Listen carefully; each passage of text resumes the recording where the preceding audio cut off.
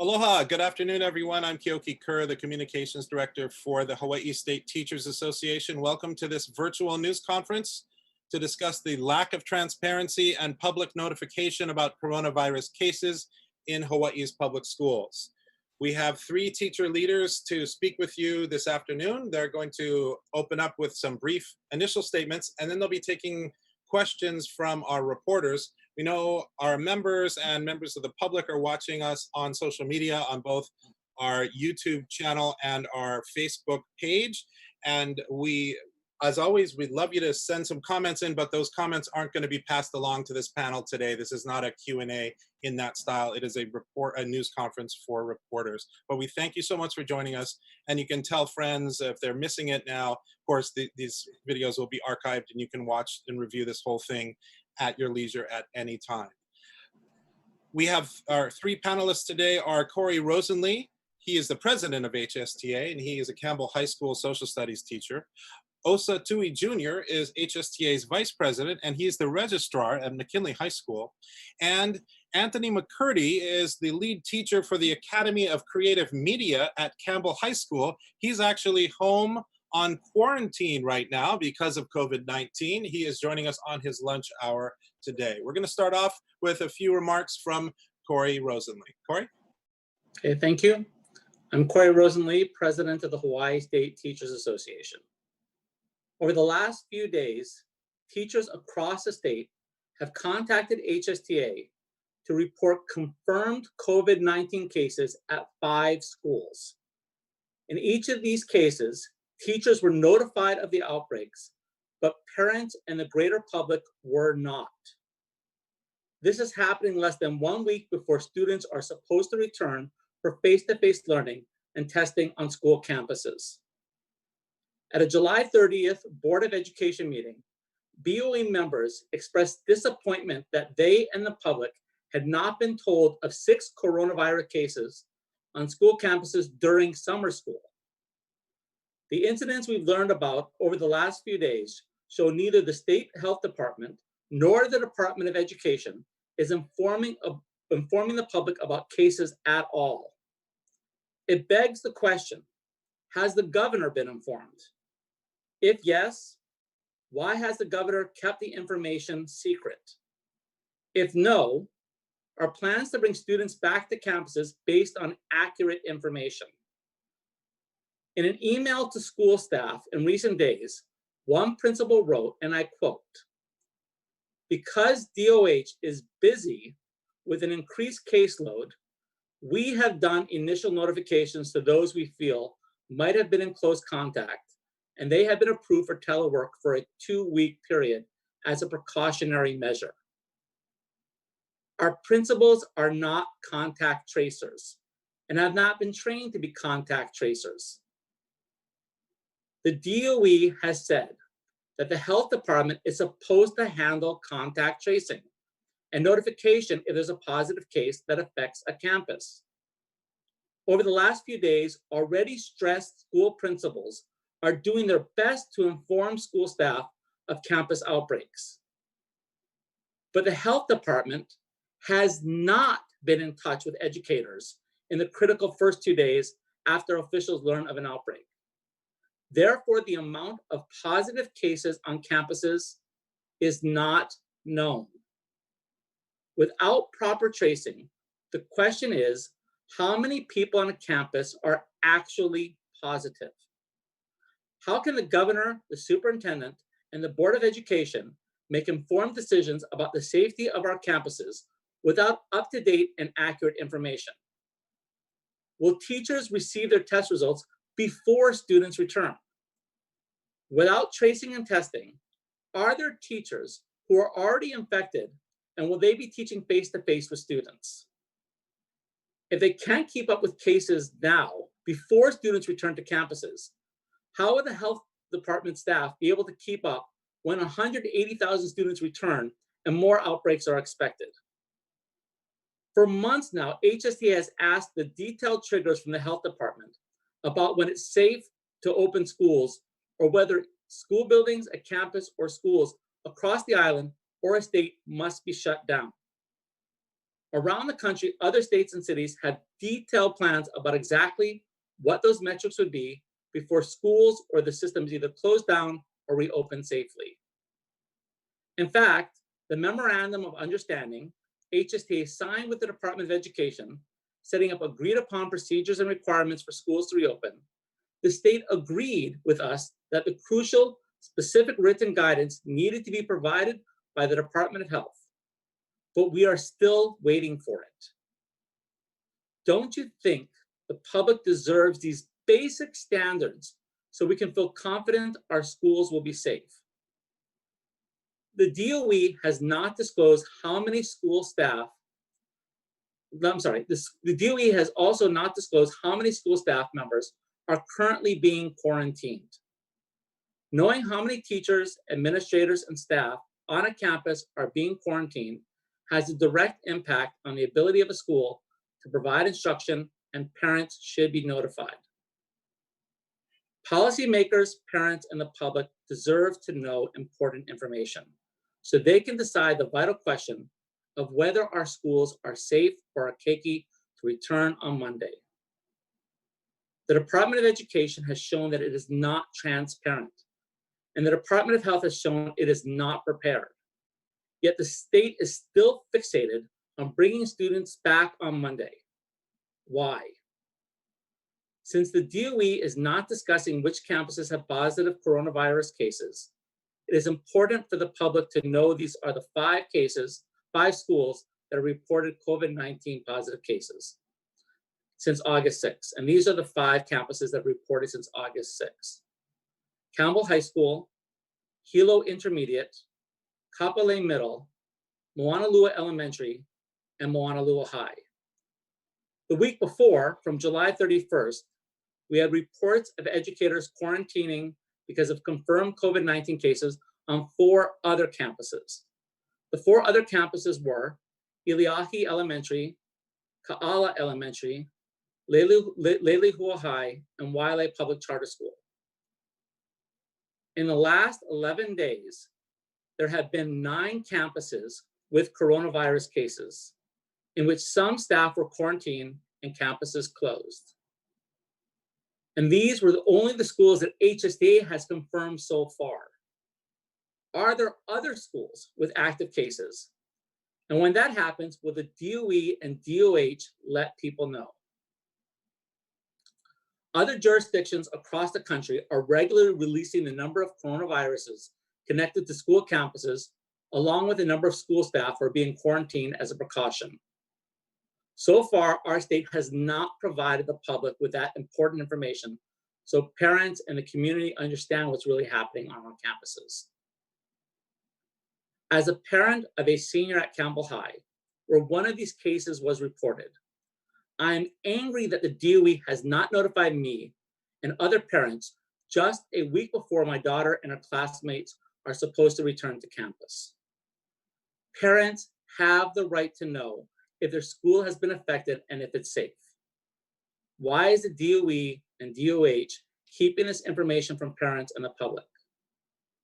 Without this information, and because of the high number of cases across the state, HSTA reaffirms its stance that our public schools should not have students on campus next week, and virtual learning should start on August 17th, statewide. With cases spiking in Hawaii and the state health department contact tracers seemingly overwhelmed, it is not the time to bring kids back to classrooms.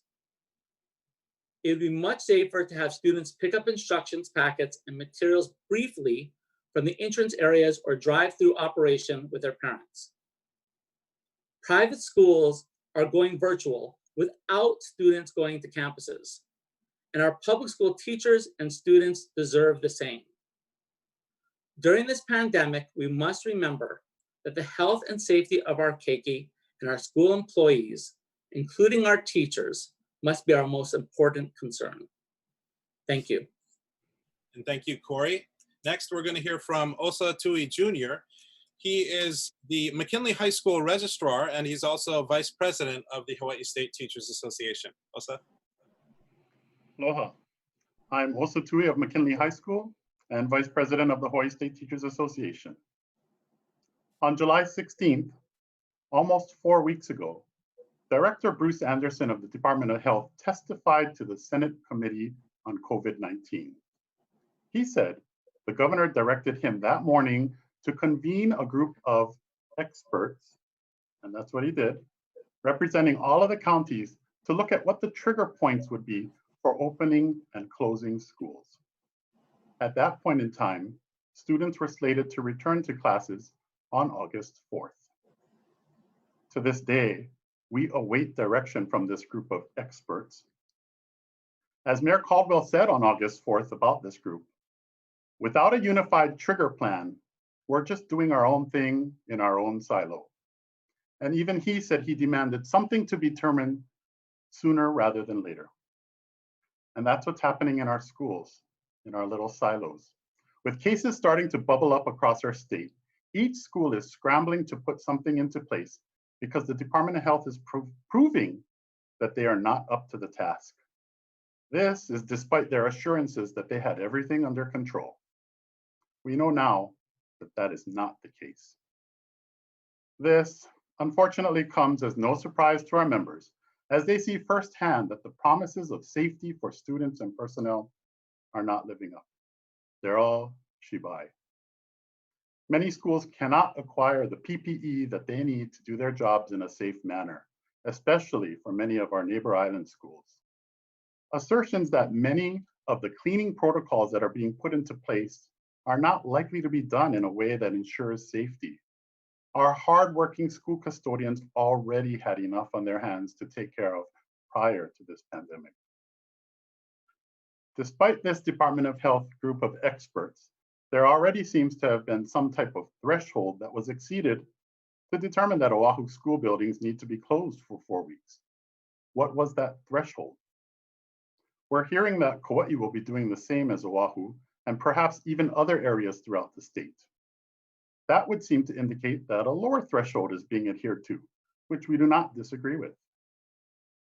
As we've seen with New Zealand this morning, you can go over 100 days without community spread, and yet it can just reappear on day 102. They've made the wise decision to close school buildings in Auckland as a result. This virus does not discriminate. The only way we're going to be safe is to stay the course by keeping our distance in as many ways as possible. Director Anderson said to the Senate committee that he was willing to bet that we're going to get cases very quickly showing up among kids in the classroom. We are not willing to bet on the lives of our students and have seen that poor decision-making regarding reopening has led us to the dubious distinction of being top in the nation in the spread of the virus. Director Anderson concluded by saying that we're going to be learning as we go, and we're going to have to make adjustments in how we proceed. In that, he couldn't be more correct. We need to react now to the dangers that lie ahead. Although our school system may be titanic in size, let's not believe for a moment that it cannot be sunk by the iceberg that is the coronavirus. Mahalo.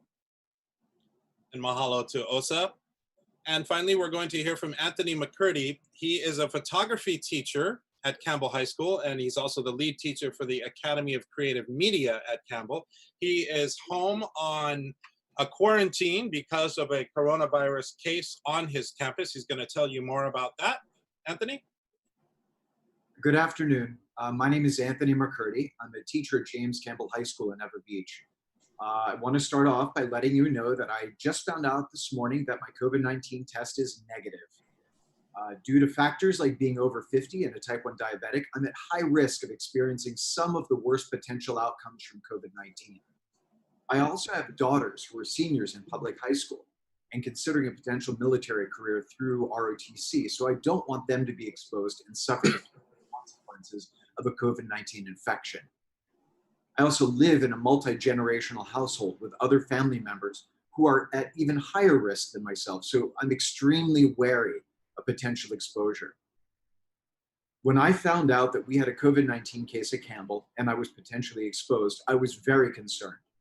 My administration did everything they could to follow up on contacts from the person who tested positive, and evidently it was reported to the Department of Health, but I never received any follow-up call from the DOH regarding my potential exposure. I know of at least 6 people from Campbell who are on quarantine for 2 weeks. I called Kaiser and arranged for a test, and kudos to Kaiser. It was quick and easy and really weird, but I got the results back in about 24 hours, so that's some weight off my shoulders. But I'm very concerned that while my administration acted quickly and with compassion, I still haven't heard from the DOH at all.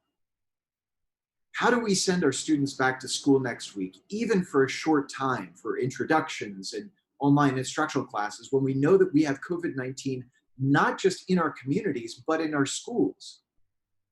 And when our Department of Health is obviously not prepared for the numbers we're seeing and the exposures we're experiencing. I count myself lucky, extremely lucky, because I feel like I dodged a potential bullet. I want to see my daughters and my students graduate. I can't imagine what it would be like to know that any of my students or any of their families got sick and suffered severe consequences because of being in my class. Last thing, please wear a mask. This is how we help beat this thing. And I still see people gathering and interacting without masks, but not at school. We've been pretty darn good about that. But out in the community, please, for our keiki and our teachers and each other, wear a mask. Thank you. Thank you so much, Anthony. Now we're going to take some questions from reporters. So reporters, I did put into the chat the list of the schools that Corey read off where there were coronavirus cases. And so if you have some questions, please write your name in. They're all listing in there. Yes, easily. Okay, here we go. Jennifer Kelleher from the Associated Press. Take it away, Jennifer. You're going to unmute and ask your question. Let us know who's your question is aimed toward as well. Thanks, Jennifer. Hi, this question is for Corey. There was a report recently of a Campbell High School teacher arrested for violating quarantine. Is that accurate? And if so, why hasn't that been publicized? And have any other teachers been arrested for violating quarantine? I have not heard anything about that. And I have not heard about any other teachers being breaking quarantine. I will tell you there is the concern that we have about how many new teachers that are coming into the system and whether there's going to be enough teachers because of the quarantine, but I cannot confirm that information. Thanks, Jennifer. Next, Lisa Kubota from Hawaii News Now. Hi, Lisa. Can you unmute and ask away? Hi, this question is for Corey. Since you folks have already indicated that there should be some sort of drive-through or other brief pickup instead, what is the HSTA's position regarding, any special ed students or vulnerable students who may need more access to the campus, that the DOE had indicated that they would consider that possibility as well? So I've actually heard from some of our special education teachers, those that are actually dealing with some of our highest need students. And I remember one of those teachers sharing that there were 19 people in their room because a lot of their students were one-on-ones. 19 people confined to a small area is just an outbreak waiting to happen.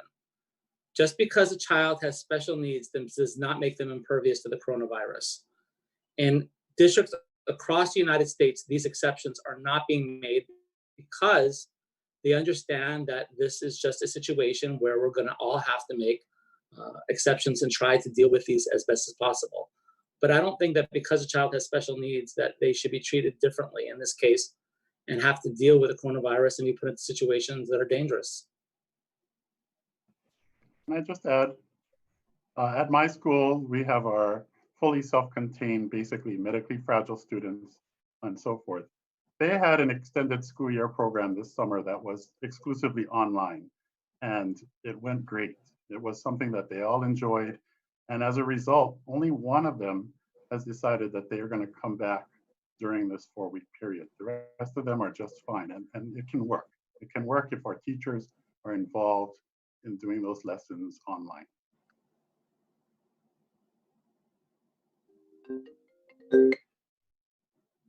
Sorry, thank you. Next question goes to Stephanie Salmons from the Hawaii Tribune Herald on Hawaii Island.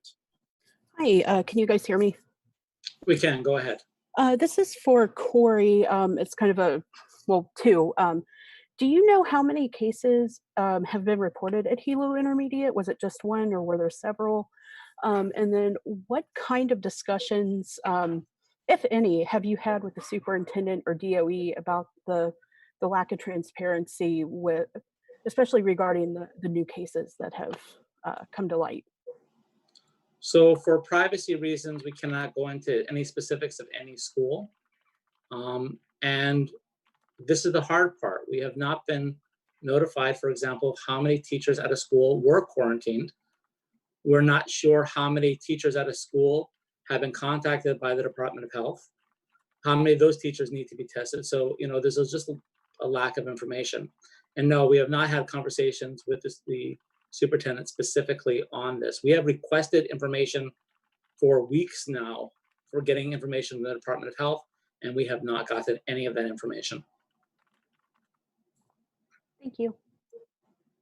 Next is Ashley Mizuo from Hawaii Public Radio. Hi, Ashley. Hi, thanks. Can you kind of expand a little bit about what kind of recourse special education teachers have when it comes to being called back into school to immediately start caring for students again? I'm hearing that they are being told they have to come back while other teachers are able to begin the semester distance learning, especially with the high rise in cases. And it sounds like a lack of confidence in the Department of Health to do contact tracing. So to the second part of the question first, that is our concern too, that there's been a lot of contact tracers. To the first part of the question about accommodations for special education teachers and students, we haven't been informed yet. Teachers have not been informed. Right now, it's just this one bullet that's been presented about special education teachers, but HSTA has demanded impact bargaining, and we have deep concerns about the idea that why these teachers and what precautions are going to be taken. As a position, we do not believe that, as I've said before, that these students and teachers should be put into a dangerous situation, and that it should be virtual for all students and teachers. Corey, can you explain, or Osa, can you explain what impact bargaining means? What people might not be familiar with that. Go ahead, Osa. So with the announcement last week that the school year is going to be modified again, there are things in our agreements that have to be adjusted once again. So there are impacts to the workday for our members, and that we've requested from the department to sit down with us to discuss those impacts. And we're waiting to hear from them if they're even going to bother sitting across the table from us. And so there are parts of our contract that deal with health and safety, and those need to be abided by.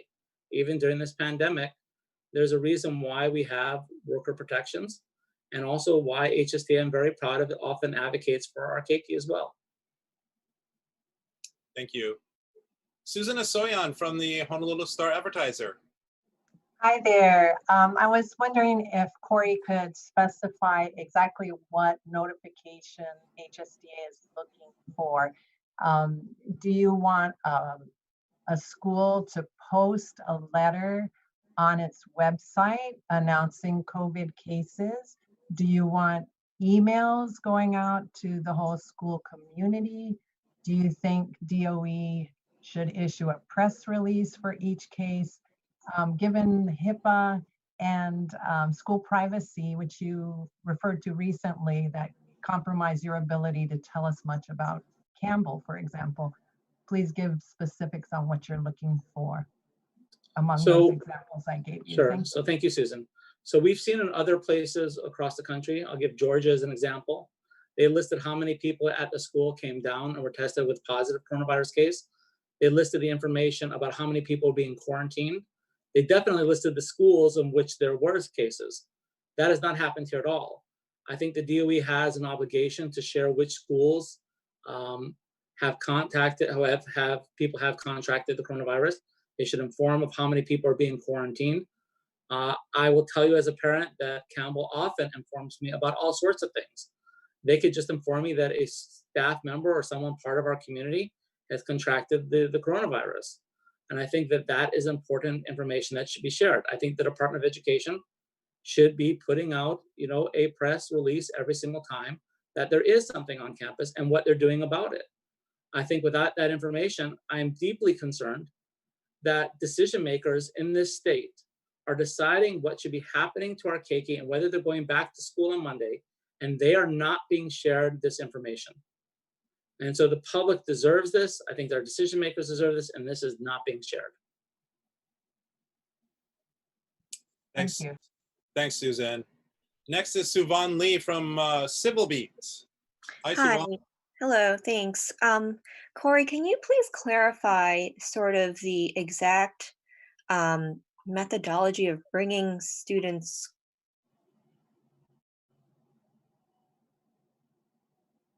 Suvan, you cut off there. On Friday that we're going to start with all distance learning on.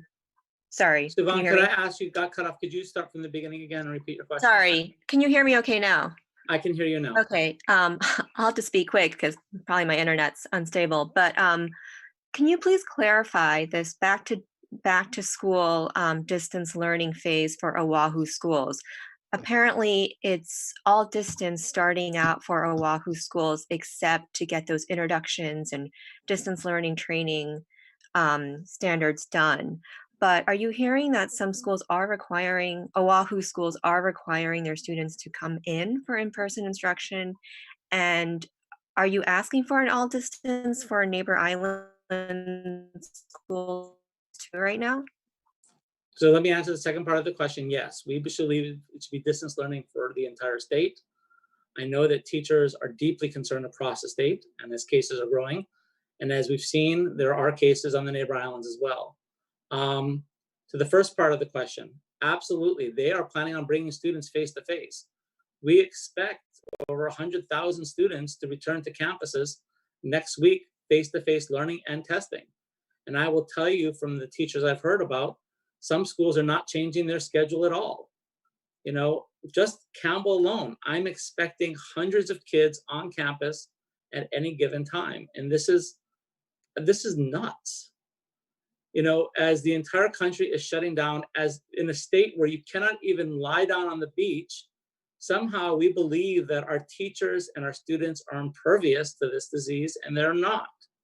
And so we've seen students haven't even been on campus, and already we have breakouts on campuses. What's going to happen? We have all these students return, and that's our concern. Can I also add, when the department made that announcement, certain schools were listening to the coordinated part of it for the next 4 days next week, that they're going to bring the kids in as needed for a couple hours maybe. And some other school says, we're bringing all of our kids in for all 4 days, and we're going to even test them. They want to test them. Certain schools have testing that they're going to do during these 4 days. And even that is crazy. And you can just see that throughout the system, everybody's doing their own thing because there's not clear guidance coming from the top.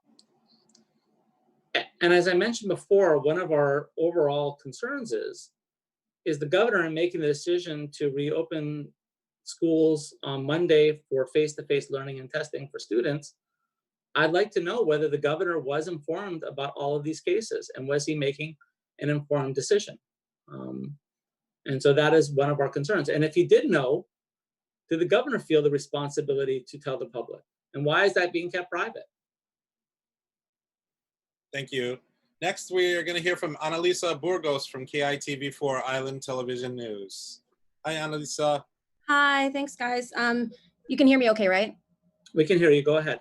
Okay, so just wanted to confirm, so aside from Hilo, was there any other reports from neighbor islands?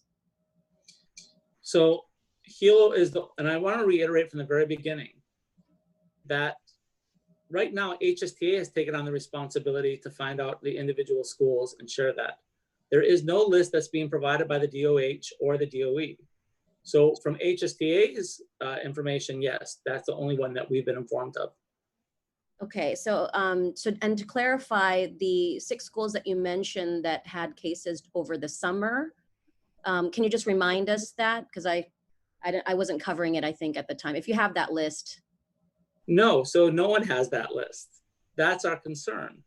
Over the summer, there were 6 schools that was not shared again by the DOE and DOH. If it was not done for our media inquiry, that have not been shared, and the list of those schools has still not been shared. So again, we don't have a complete list. Okay, so at this point, how you're getting this information is really just teachers coming out and sharing it with you.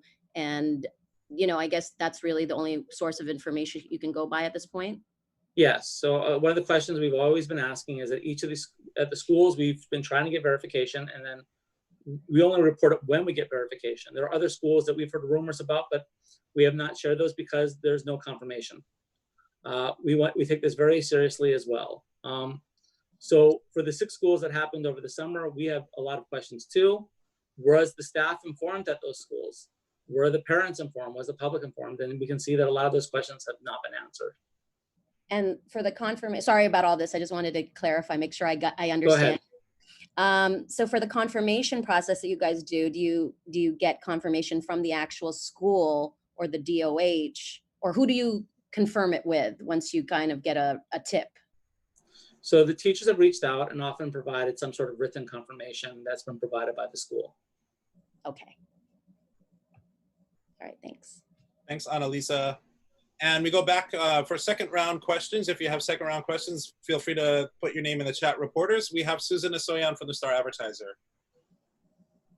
Corey, just following up, you may not have the answer to this, but since you have been in touch with those schools that you listed at the beginning, are you aware of any more than one case at each school? Because you referred to it as outbreaks at school, but so far, every time I've heard about one of these, it's been an isolated case at a school. Certainly worrisome, but I just want to be clear whether it's a single case you're aware of at the schools you announced or whether it's more. So Susan, in each of these cases, the big question is the Department of Health has not actually done contact tracing of potential contacts and to do it. And we don't know if everyone's been actually tested at these schools. So if our knowledge right now is about a single case at each of these schools, our big question is, without adequate action by the Department of Health, how can we be sure that there's only one case? And a lot of these teachers have been acting on their own. And so like Anthony has pointed out before, if he was the one that, if the administration did not, basically the Department of Health's job, and he had not gone and got his own testing, the question, what would have been done? And so we do not know the answer to your question, and that is our big concern. Thank you. Okay, and a second round question from Lisa Kubota from HNN. Hi, Corey. This time right now is supposed to be used for training and preparation for the transition for teachers. Can you give me a general sense of how that has been going, even with the distance learning supposed to be starting? I'm going to actually ask Anthony to answer that question. Sure. I will be honest. It's been challenging, if that's a word I can use. One of the problems that we run into is that we've had changes that keep coming down the pike. It seems like almost every day something different comes up. We have to adjust syllabus requirements. We have to do something different with our platforms. We have to change our schedule. We're going from being all online with asynchronous instruction to now online with synchronous instruction. So really, when it comes down to it, part of the problem is it's kind of chaotic, and it's not easy it can't be easy for our administrators because they're the ones who are supposed to have all the answers. And I don't think they do. And that's a shame. And it's not their fault. This is kind of the nature of the beast. But I do wish that we had a little stronger direction. I know that we're scrambling to do the best that we can. And we're going to do whatever we can to help educate our students. But we also want to be very, very cautious because none of us want to catch this. None of us want our kids to catch this. None of us want our kids' families to catch this. This is not, it's not a good thing. I'm going to speak from my perspective. It scares me very much. And, you know, the idea of going back to school next week, the one thing that I can say is I'm on quarantine. I'm not going to be able to go back to school next week. So I'm not going to see these students. I'm not going to see my kids. I'll only see them online. And I'm not even sure how to make that work yet. Thanks, Lisa. Thanks, Anthony. And Ashley Mizuo from HBR. Thanks. That's kind of I have a kind of a follow-up to Lisa's question. When it comes to that planning aspect, is it possible that maybe it would be easier for teachers if the department decided one way or the other that they're just going to do distance learning through December?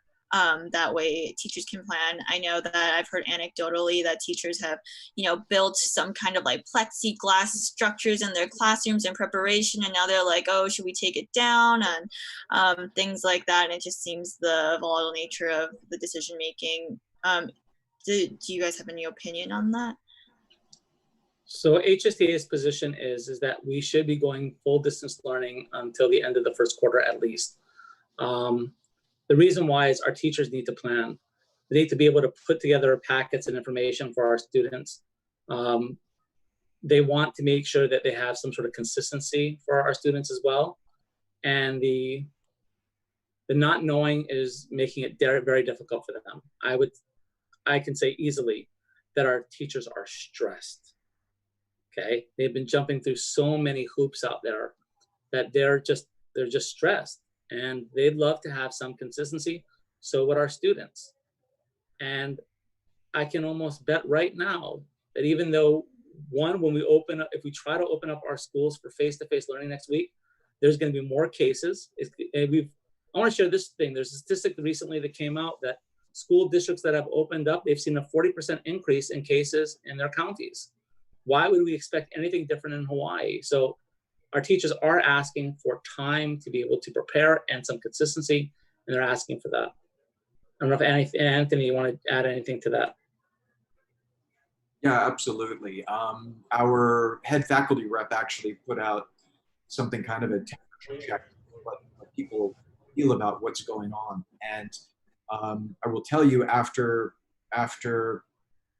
seeing kind of the results of that and hearing from some of my colleagues, there's a lot of stress. There's a lot of anxiety about what's going to happen. It's not just the prospect of finding infection on our campus, having our students come down with this pandemic, being victims to it, but also, how are we going to service them properly? How are we going to be able to prepare properly when we're getting constantly changing directions? And again, I feel like everyone is really trying. No one is just kind of sitting back saying, who cares? Everyone is really working hard to figure out how to do this the right way. But it's tough when it keeps going back and forth. So I know just based on my colleagues, there's a lot of concern, and they just want to do the right thing. Thank you very much. And a couple more, we're going to wrap up here. Suvan Lee from Civil Beat. Hi, Anthony. A question for you. You mentioned that you and 6 other colleagues chose to self-quarantine after the reported case at Campbell High School. Do you know why other teachers decided not to? And why was it that you and those 6 other teachers decided that you were potentially most at risk? And what kinds of safety protocols did Campbell institute at your school since that case arose, especially when they prepare for students to come back next week? Do they switch up any policies or anything like that? To address your the first part of your question, this was not voluntary. I was instructed to stay home. From what I understood, that came from not just my administration, but also our complex area superintendent. The other people who were in that group, we were all instructed to quarantine for 2 weeks. We're coming back on August 24th. As far as the getting tested, that was something that was left up to us. From what I understood, the Department of Health was informed immediately upon finding out that this individual received a positive test result. I don't know exactly when that happened, but I can tell you that I haven't heard anything from the DOH. All I've heard from is my administration. They said stay home. Getting tested was done in coordination with Kaiser. I know some of my colleagues were getting tested as well in coordination with whoever they were using for their health insurance, their health plan. As far as any changes go to our processes and protocols, I don't know that anything has actually changed. We were actually following some pretty strict protocols to begin with. Everyone was wearing masks. We were given masks, not just kind of your disposables, but we were given some cloth masks to use. So everyone's wearing them. We were told, encouraged to participate in meetings, for example, by Zoom or by Google Meets, if we needed to, instead of meeting in person, and to make sure that we were understanding of others who didn't want to actually meet in person. Maintain social distancing. All of that stuff was there. So the fact is, it's in the community, and we're part of the community. We're not a bubble, unfortunately. So when we come into the school, we're bringing whatever we've got outside of the school with us. And unfortunately, someone has it. I fully expect when we go back in person, we're going to hear about students having it, because I'm sure family members have it. So to me, it's just, we should not have our students coming in person. That's my opinion. And Anthony, you, for clarification, you said you still haven't heard from the Department of Health. When did you first get notified, though, from your school administration? Over the weekend they contacted you? Right. There was an email that the school administration sent out to the staff, teachers and staff, saying, someone tested positive. Obviously, for privacy concerns, we didn't go into, it didn't go into details as far as who it was. But I was contacted individually regarding that, to say, yes, you've been in contact and you should quarantine. You got that notification on what day? I'm just trying to figure out how many days it's been, right? Since the DOH hasn't contacted you, because it's very important that they get in contact with people within the first 48 hours. Yes. Oh yeah. It was. And that was the point of it. Didn't hear anything from the Department of Health within that time frame. Heard from administrators, not from Department of Health. And administrators called you or contacted you Saturday or Sunday, or when? Contacted me, when was it? Geez Louise, it's a blur. Yeah, I want to say Saturday, or when, I can't remember which went out first, the email or the phone call that I got. Okay. But it was Saturday, Sunday time frame, the email and the phone call. Right. And then here we are at least 2 days later, if not 3 days later, and you still haven't heard anything from the Department of Health, which is supposed to be contact tracing in these cases, right? Got it. Thank you. And if I can just add there, we've heard from teachers at Campbell. They are deeply concerned. They are afraid because they have no faith in the Department of Health has done anything. So therefore, they feel like they've been asked to go to campus. They requested that they shouldn't have to, but the campus has not been shut down. There's not been enough testing, and they are concerned. And I want to point out, our principals are doing the best that they can. They've been put into an absolutely impossible situation where all of a sudden they're supposed to not only run a school, but to take on the Department of Health's job. And so This in no way is a criticism of our principals. This is not their responsibility. Thank you. And last from Annalisa at KITV. All right, thanks. Just to follow up, so we heard about what was done over at Campbell. What about the other schools? Did they have a similar kind of process where they emailed everyone about the case and then contacted people individually who were in direct contact with the affected person? What do we know about the other schools, I guess? So since there is no direction from the Department of Education and the Department of Health about standard practices, what we've heard is it's all over the place. Some have sent out a letter, some held a conference with teachers, and so there has not been an actual process that we have been able to identify that has been consistently followed in all the schools. And then at any point, were parents at all notified, or this was just the teachers that were, or the staff? So in none of the schools were we able to identify that parents were notified.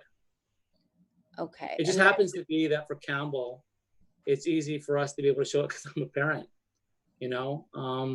but we did ask the other teachers at the schools, did they have any indication that parents were notified? And none of them said that they were. Okay, and is it against the rules to notify parents? Like, are teachers told not to? I just because I know in other companies, they tell their staff they can't release any information, but in this case, teachers can do it of their own accord.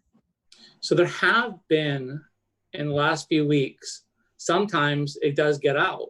I think there was a Kaneohe example where a school was identified, and that was fine for the Department of Education to share. But again, they're not providing that information. They only provide it when someone, such as yourselves in the media, ask. And that's the concern. Okay. I was just wondering if there's any kind of fear of retaliation type thing for teachers that, talk about this openly. We have heard from teachers that are concerned about coming forward, and they are concerned about what would happen if they do. And that's why, it's not always easy to get this information out there. And that's why it should not be the teachers having to report it. It should be the Department of Education and the Department of Health. And one final one, sorry.